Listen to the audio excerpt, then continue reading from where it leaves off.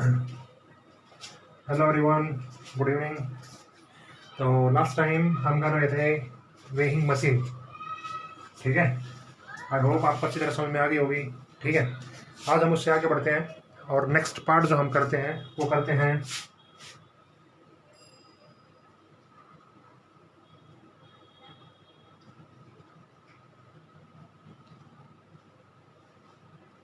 Impulsive force. Okay, next part हम क्या करेंगे? Impulsive force. आसान सा पार्ट है, थोड़ा सा समझने की कोशिश कीजिए। देखो, इम्पल्स एक तो होता है पल्स, ठीक है, जो हार्ट बीट चेक करते हैं। लेकिन अब हम यहाँ पे कर रहे हैं इम्पल्स। इम्पल्स को हम क्या कहते हैं हिंदी में? अगर हिंदी में बात करें इम्पल्स इम्पल्स को तो हम कहते हैं झटका। क्या कहेंगे?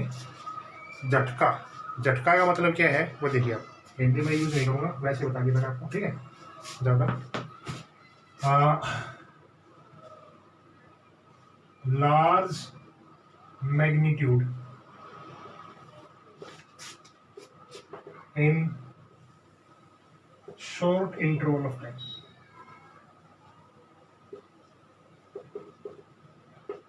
ओके, क्या होगा? Large magnitude in short interval of time, ठीक है। फॉर एग्जाम्पल, जैसे आपको कोई कील, जैसे मैं इसी में आपको कोई कील लगानी है, ठीक है। आपने हथौड़ी ले रखा है, हैमर ले रखा है, हैमर हथौड़ी, ठीक है।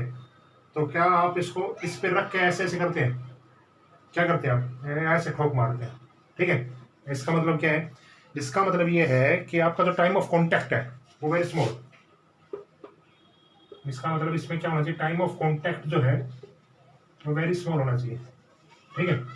जैसे क्रिकेटर है, बैट से बॉल को हिट करता है, तो बैट और बॉल का कांटेक्ट कितना होता है? बहुत ही कम सेकंड का, बहुत ही कम, ठीक है। तो इंपल्स इक्वेशन करते वक्त आपको ये ध्यान रहना चाहिए कि कांटेक्ट हमेशा क्या मिलेगा आपको? वहां पे बहुत ही कम मिलेगा। ओके, तो इसका मतलब जैसे आप, भाई एक एग्जांपल, आप थप्पड़ मारते हैं किसी के, ठीक है। तो ऐसा तो नहीं है कि आप अगले गाल पे रखते हैं फिर ऐसा करते हैं, आप तो ऐसे मारते जैसे आगे, ठीक है। तो उसमें क्या होता है? टाइम ऑफ कॉन्टैक्ट क्या रहता है? बहुत कम रहता है, ठीक है। तो एग्जाम्पल आपको बेहद मैंने बता दिया आपको, ठीक है। क्या क्या? हैमर का, ठीक है, हिट द बॉल, ये लिखे ना आप, ठीक है। Hit the ball with bat, slapping. Okay, ये मतलब इसके बहुत सारे एग्जाम्पल है। इस क्रम को हम कहते हैं इम्पल्सिव फोर्स। क्या कहते हैं?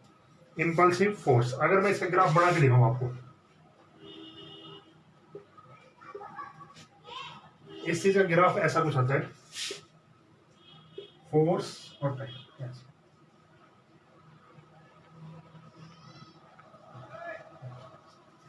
क्या है इस ग्राफ का मतलब? इस ग्राफ का मतलब ये था कि पहले हम कांटेक्ट में नहीं आए थे। जैसे बॉल फेंक रहा कोई बैट बॉलर, तो पहले हम कांटेक्ट में, जैसे ही कांटेक्ट में है ना, तो इसने मैक्सिमम फोर्स लगाया, ठीक है। यहाँ पे क्या है? Maximum force. उसके बाद जैसे ही बॉल फिर नीचे जाती है, ऐसे भाई एक बार तो मैक्सिमम फोर्स ऊपर जाती है, फिर कहाँ आएगी? नीचे, फिर आती है, ठीक है। तो ये ग्राफिकल सेक्शन है इम्पल्सिव फोर्स का, अगर कोई पूछ ले तो आपसे, ठीक है। अब इसके बाद एक टर्म आती है इसी में ही, इम्पल्स, खाली इम्पल्स, ठीक है। थोड़ा आसान सा पार्ट है।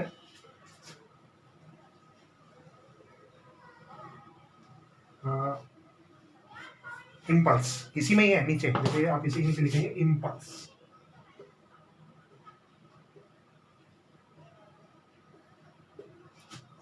ओके, देखो इम्पल्स क्या होता है? इम्पल्स क्या होता है? इफेक्ट ऑफ इम्पल्सिव फोर्स,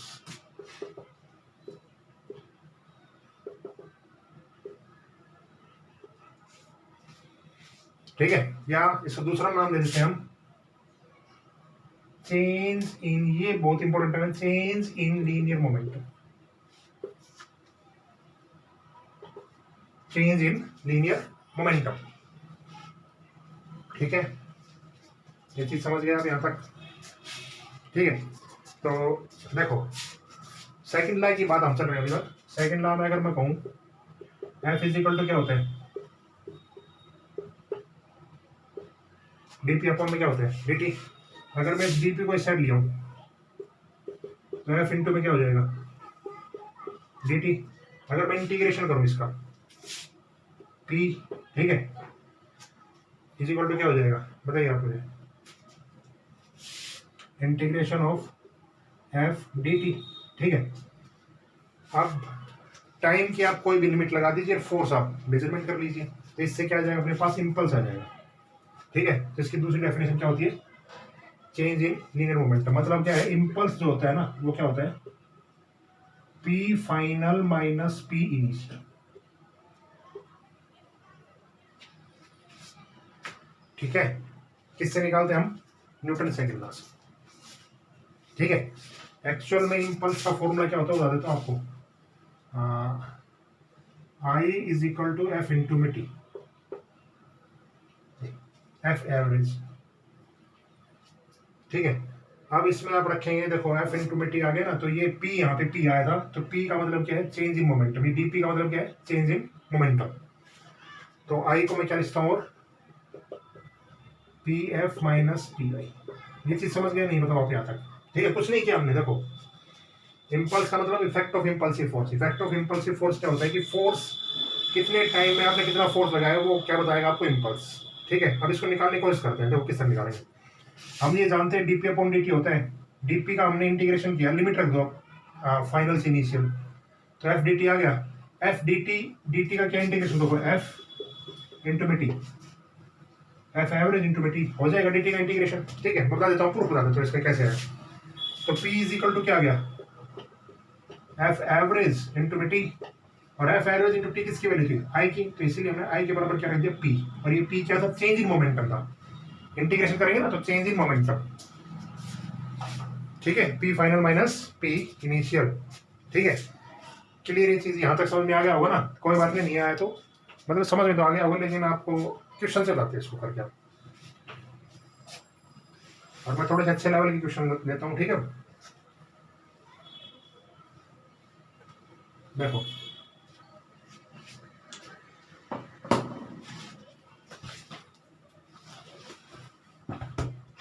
अगर आपके पास एनसीईआरटी बुक है तो मैं एनसीईआरटी से ही 2 क्वेश्चन करवा रहा हूँ आज के लिए, ठीक है।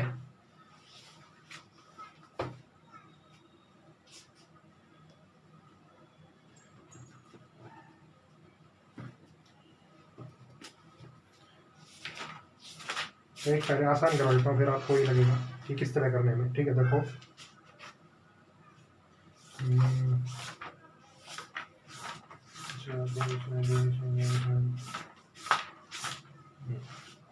देखो ये क्या रखा है, एक क्वेश्चन बताता हूँ आपको, ठीक है। ये क्या रखा है, एक क्रिकेट बॉल है, ठीक है। एक cricket ball of mass 150 gram given, देखो पहले मैं बता देता हूँ क्या रखा है। एक क्रिकेट बॉल दे रखी है, उसका मास दे रखा है 150 ग्राम, ठीक है। Moving with a speed of 12 metre पर सेकेंड, यू जो दे रखा है क्या दे रखा है, 12 मीटर पर सेकेंड, ठीक है। डायग्राम से बताऊं तो ये कोई बॉलर है, ठीक है, और ये 12 मीटर पर सेकंड से इस बॉल को फेंक रहा है यू, ठीक है। Is hit by a bat, आगे एक बैट्समैन खड़ा है और ये इसको हिट कर रहा है बैट से, ठीक है। Hit by a bat, the ball is turn back with A velocity, ये बॉल बिल्कुल इसी की तरफ आ जाती है 20 मीटर पर second. Calculate the impulse received by the ball, आपको क्या निकालना है, कैलकुलेट इम्पल्स। इम्पल्स का मतलब एफ इंटू में क्या निकालना आपको, टी। कैसे निकाले, आसान है, देखो एम आपके पास गिवन है, देखो अगर मैं इसमें फॉर्मूला रखूं क्या होगा, एम ए इंटू टी, और वी और यू की फॉर्म में दे रखा है ना, तो आप इसको और चेंज कर लीजिए, टी से टी क्या हो जाएगा, कैंसिल, टाइम तो रहेगा नहीं, ठीक है। ए एम है एम, ठीक है, ठीक है। आप सीधा फॉर्मूला लगा सकते हैं, वही चेंज इन मोमेंटम वाला खाली m v minus m u, ठीक है ना। तो आपने ये लगाने वही एक बात है, 150 ग्राम सॉरी इस सिस्टम को आप एसआई यूनिट में लेके आएंगे। वी वी बताइए मुझे यहाँ पे कितने हैं। देखो ये मान लेते हैं ये एक्स एक्सिस है, ठीक है, इस तरह हम फेंका पॉजिटिव, वापस आए तो कैसा होगा, वापस बिल्कुल। तो वी की वैल्यू कितनी, ये ध्यान रखना आप, ठीक है। अगर यहाँ पे मान लेते हैं 12 दे दिया हो तो आप तो सोचेंगे उल्टी आ गई ना, आप पॉजिटिव आ गई तो आप तो जीरो कर देंगे, सब सारा मामला खराब कर देंगे फिर, ठीक है। यहाँ पे क्वेश्चन में 20 दे रखा था, लेकिन अगर मैं 12 ले लूँ यहाँ पे तो आप तो सोचेंगे वी और यू दोनों जीरो हो गए भाई, अपोजिट में आ गए ना। तो अपोजिट डायरेक्शन में हमेशा वेलोसिटी क्या होती है, ऐड भी होती है, आपको ये पता है ना। तो यहाँ पे देखो v की वैल्यू कितनी है, -20, अब मैं 20 ले लेता हूँ, ठीक है, आपको समझाने का तरीका देखो, और -12 कैलकुलेट करना है आपको खुद, ठीक है। ये तो मैंने एक आसान सा तरीका बताया था आपको कि आपको इस तरह क्वेश्चन करना आ जाए तो आप किस तरह करेंगे, इम्पल्स का फॉर्मूला लगा के। क्लियर ये चीज। अब एक एग्जांपल लेता हूं मैं नेक्स्ट, एक अच्छा एग्जांपल है, काफी चीजें इसमें क्लियर होंगी आपको। देखिए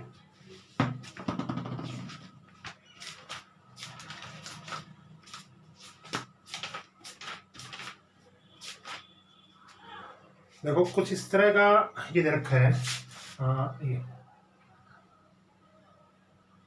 एनसीईआरटी सोल्ड एग्जांपल है ये, ठीक है। और उसमें ये क्या रखा है, 2 बॉल है,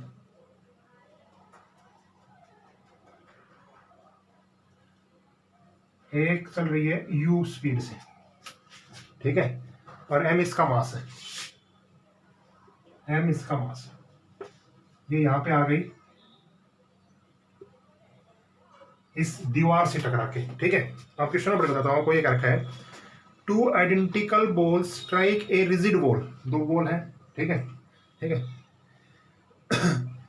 with the same speed but at different direction, ठीक है, but at different direction and gate reflected without any change in speed, दोनों क्या हो जाती है, रिफ्लेक्ट हो जाती है, ठीक है। What is the direction of force and the ratio of magnitude of impulse imparted to the ball by ball? मैं इम्पल्स बता रहा हूँ कैसे निकालना है, इसमें अगर आपसे ऐसे कहा जाए, ठीक है, ये u स्पीड से इस तरफ वापस आ गई तो आपको इम्पल्स निकालना है, और इसके बीच का एंगल भी दे रखा है, आपको दे रखा है वो 30 डिग्री,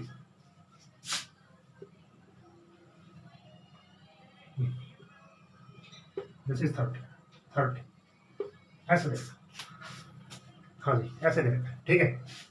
इसमें इम्पल्स का मैग्नीट्यूड निकालना है, देखो किस तरह निकालना, देखिए अगर मैं पहले केस में बात करूं, ठीक है, आप कंपोनेंट ब्रेक कीजिए, यहां पे क्या आएगा, mu cos थीटा, यहां पे क्या आएगा, mu cos थीटा, थीटा की वैल्यू कितनी है 30, यहां पे क्या आ जाएगा, mu sin 30, यहां पे क्या आ जाएगा, mu sin 30, ये इक्वल और अपोजिट है, कैसे हो जाएंगे, कैंसिल, ये पता नहीं कंपोनेंट तोड़ने, थीटा वाली साइड कोस, अपोजिट साइड साइन, तो वाल पे कोई फोर्स नहीं रहेगा, वाल के लिए क्या है, एक्सर्ट कोई फोर्स नहीं है, ठीक है। ये कंपोनेंट 2 कंपोनेंट है, देखो बॉल पहले इस तरफ आ रही थी, एक्सिस की तरफ पॉजिटिव तरफ जा रही थी, फाइनल ये इस तरफ है नेगेटिव की तरफ, तो टोटल मोमेंटम बताइए मुझे क्या होगा, देखो माइनस पी, देखो पी क्या होता है, m इंटू में v माइनस यू, m आपको दे नहीं रखा, v देखो v है माइनस cos 30, ठीक है। ये बात समझ, देखो आप इस तरह कर दो, कोई बात नहीं, आपको ये देखो along x axis,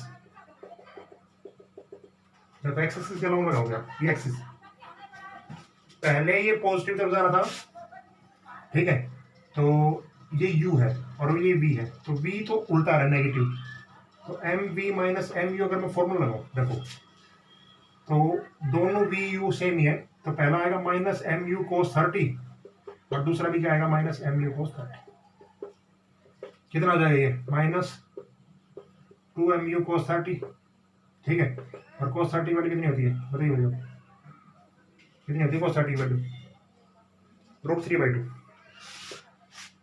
minus 2 mu और √3/2, 2 से 2 कैंसिल, कितना आ गया, माइनस √3/2 mu, नहीं माइनस √3 mu, ठीक है। अब खाली आपको इंपल्स लगाना हो, ठीक है, कंपोनेंट ना करने हो, तो भी वही फॉर्मूला लगेगा। एक्स एक्स के लिए लगा रहा हूं, देखो खाली वाई तो कंपोनेंट पे क्या है, मोमेंटम सारा जीरो है, वाई का कोई रोल ही नहीं है, ठीक है। वाई पे सारा कंपोनेंट क्या हो गया, जीरो हो गया, कोई दिक्कत नहीं है। एक्स पे अगर मैं खाली मोमेंटम लगाऊं कंपोनेंट ना ब्रेक करके, तो देखिए एक्स पे m u minus m u minus, angle मत देखो बस, पहले एंगल अगले काम, पहले काम में एंगल नहीं था क्योंकि आपको रेशो निकालना था, दूसरे काम में एंगल दिया था, दोनों का रेशो निकालना आपको बस, ठीक है। तो वही चीज है, बस ये हट जाएगा cos 30 क्योंकि एंगल नहीं था पहले। इन दोनों का आपको क्या निकालना है, रेशो निकालना है, ठीक है।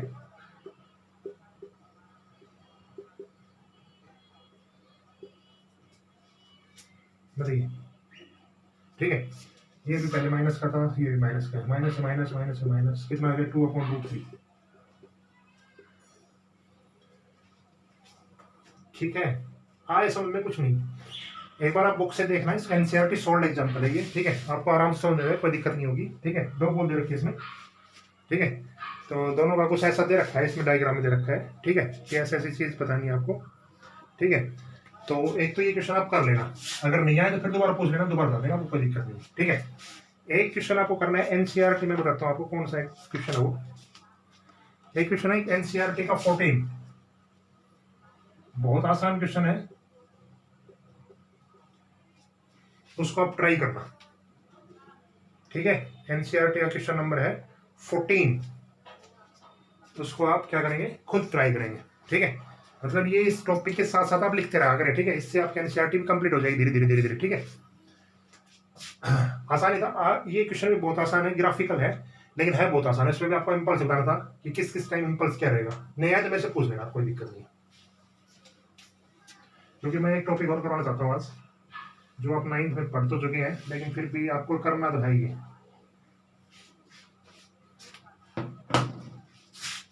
एक आप ये खुद करेंगे, हॉर्स एंड कार्ट प्रॉब्लम, आपकी बुक में डायग्राम होगा, चलो मैं बता देता हूँ, थोड़ा सा हिंट दे देता हूँ। एक बार मैं टाइम देख लेता हूँ, टाइम कितना हो गया, क्योंकि जब 30 मिनट से ऊपर जाती नहीं तकरीबन, ठीक है, अभी तो काफ़ी टाइम है।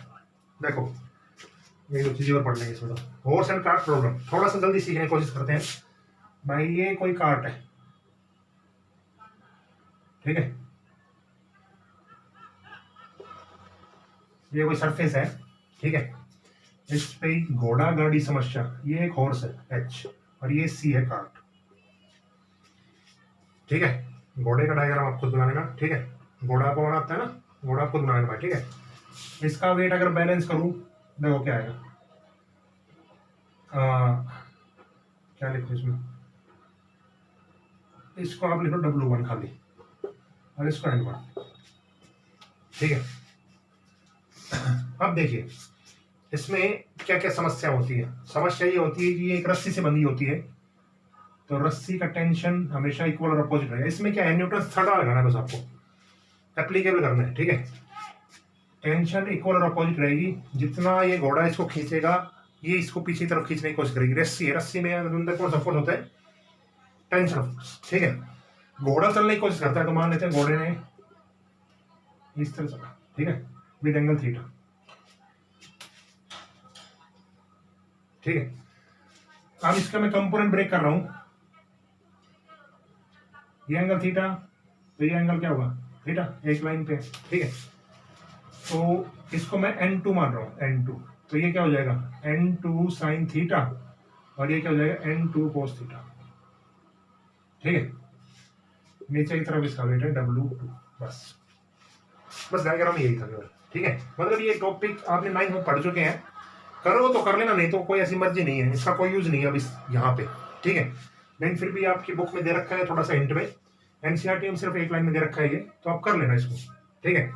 आगे देखिए, इंपॉर्टेंट पार्ट क्या है इसमें, एक तो आपको फोर्स बैलेंस करने आना चाहिए, ठीक है। दूसरा पार्ट, घोड़ा आगे कब बढ़ेगा, ये आपको पता चलना चाहिए, घोड़ा आगे कब बढ़ेगा। तो घोड़ा आगे बढ़ाने वाला कौन है, पहले मुझे आप बताइए, कौन सा कंपोनेंट घोड़े को आगे बढ़ा रहा है। इसका मतलब ये है भाई N2 cos थीटा, ये फोर्स को किस डायरेक्शन में लेकर चलेगा, फोर्स इन फॉरवर्ड, फोर्स को किस डायरेक्शन में लेके जाएगा, फॉरवर्ड डायरेक्शन। ठीक है, ठीक है। तो कब आगे बढ़ेगा, आगे जब बढ़ेगा जब n2 cos थीटा है ना, किससे बड़ा हो जाएगा, फ्रिक्शन फोर्स है, इसको स्मॉल एफ से दिखा रहा हूं मैं, क्योंकि हर सरफेस का एक अपोजिंग फोर्स होता है, उसको हम नाम देते हैं फ्रिक्शन। ठीक है, तो फ्रिक्शन फोर्स से जब ये बड़ा हो जाएगा तो आराम से आगे बढ़ जाएगा। ठीक है, एक अलमारी है भाई बहुत भारी है, वो थोड़ा आगे बढ़ सकती है, क्यों, क्योंकि उसका फ्रिक्शन फोर्स ज्यादा है। ठीक है, हम हैं आराम से बढ़ जाते हैं आगे, क्यों, क्योंकि हम फ्रिक्शन को क्रॉस कर लेते हैं आराम से। बस इसमें यही करना था, डायग्राम बनाना आप और ये लाइन देना, बस केवल और केवल, बस। ठीक है, आसान पार्ट था, करवाना जरूरी था, इसलिए मैंने आपको बता दिया। ठीक है,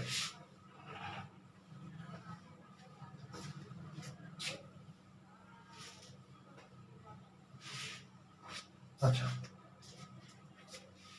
तो एनसीईआरटी के 2 क्वेश्चन आप कर लेंगे, 14 और ये एक सोल्ड एग्जाम्पल था। ठीक है, और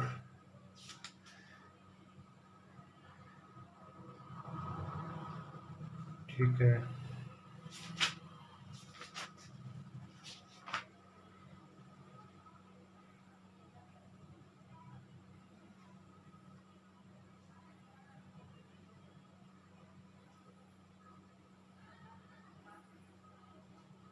एक क्वेश्चन एनसीईआरटी में एक और है, और ये क्वेश्चन है 20,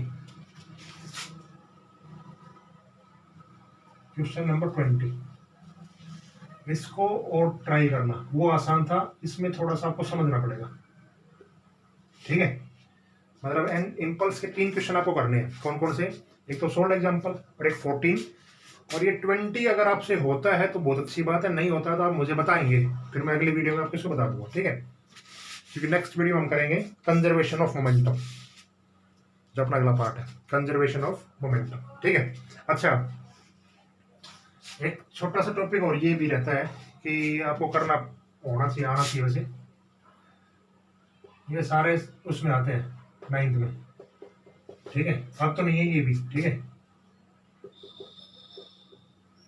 लेकिन आपकी बुक में, प्रदीप की बुक में, इन बुक में मिल जाएगा। ठीक है, ये कह देते हैं कि न्यूटन का जो सेकंड लॉ है ना, वो कैसा लॉ है, रियल लॉ है। ठीक है, it is called real law of motion, बिल्कुल है। ठीक है, क्यों, क्योंकि इससे हम फर्स्ट और थर्ड तीनों लॉ, दोनों लॉ को क्या कर सकते हैं, प्रूफ कर सकते हैं, दोनों लॉ इससे प्रूफ हो जाएंगे। ठीक है, तो एक लॉ बता दूं आपको, देखो, F is equal to, first law से हम क्या कहते हैं, F इजिकल टू ma, हमें इसका यूज करना है यूजिंग सेकंड लॉ। ठीक है, सेकंड लॉ क्या होता है, F इजिकल टू ma, लेकिन फर्स्ट लॉ में हम पढ़ते हैं कि फोर्स क्या होता है, 0, v माइनस यू अपॉन में t is equal to 0, v minus u is equal to 0, और v इज इक्वल टू क्या क्या, इसका मतलब इनिशियल वेलोसिटी और फाइनल वेलोसिटी दोनों क्या है, इक्वल है, दोनों इक्वल है। इसका मतलब क्या है कि बॉडी किस पे रहेगी, रेस्ट पे रहेगी। किससे हमने प्रूफ किया, इससे प्रूफ किया नहीं। ठीक है, इसको कर लेना आप। ठीक है, आसान सा काम है, अगर आप मेरी वीडियो को समझ पा रहे हैं तो बहुत आसान काम है ये। ठीक है, ओके,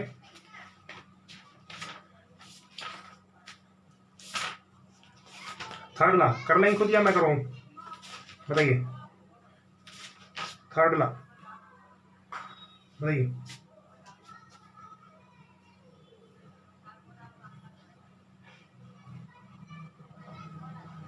बताइए, थर्ड लॉ में कुछ ऐसा करना है, इसमें थोड़ा सा कंजर्वेशन ऑफ मोमेंटम का यूज होगा, F1 dt, F2 dt, this is P1, this is P2। मतलब ये क्या है बताता हूँ, इसको dp1 लिखा, कोई दिक्कत नहीं है, इस तरह लिखो। सेकंड लॉ क्या होता है, rate of change of linear momentum dp upon dt is equal to f होता है ना। तो एक बॉडी, दो बॉडी का मोमेंटम हमने लिख लिया। ठीक है, कंजर्वेशन ऑफ मोमेंटम क्या होता है, dp1 प्लस dp2, ये अगले वीडियो में आएगा वैसे, इज इक्वल टू 0। ठीक है, तो यहां से आप वैल्यू रखेंगे ना, तो आपके पास आ जाएगा F1 is equal to minus. ठीक है, ये इस पे मैं इतना ज्यादा जोर क्यों नहीं दे रहा कि अब ये आपके लेवल के नहीं है अभी है। ठीक है, अब आपको इनके अंदर इतना घुसना नहीं है, क्योंकि आप चीजें 9th में पढ़ चुके हैं, लेकिन आपको कंसेप्ट बताना चाहिए। अब तो आपके जैसे लेवल के आएंगे वो आपको ध्यान में रखना है, ठीक है।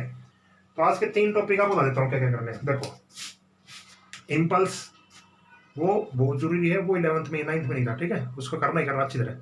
और उसके एनसीईआरटी क्वेश्चन मैंने आपको बताए हुए हैं 3। सोल्ड एग्जाम्पल 14, 20 आप ट्राई करके देखना, नहीं होता तो मेरे से पूछ लेना, ठीक है। नेक्स्ट काम आप क्या करेंगे, horse and car problem diagram बनाएंगे और ये लिखेंगे कब मूव करेगा, ठीक है, ठीक है, इसमें यही है, ठीक है।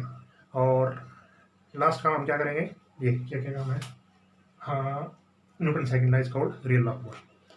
फर्स्ट लॉ प्रूफ करेंगे, फिर थर्ड लॉ प्रूफ करेंगे। आसान काम आप करके देखना, हो जाएगा आराम से, ठीक है। तो आज की वीडियो में इतना ही करते हैं, ओके। नेक्स्ट टाइम हम करेंगे कंजर्वेशन ऑफ मोमेंटम, और इम्पोर्टेंट है वो भी, ठीक है। Good bye.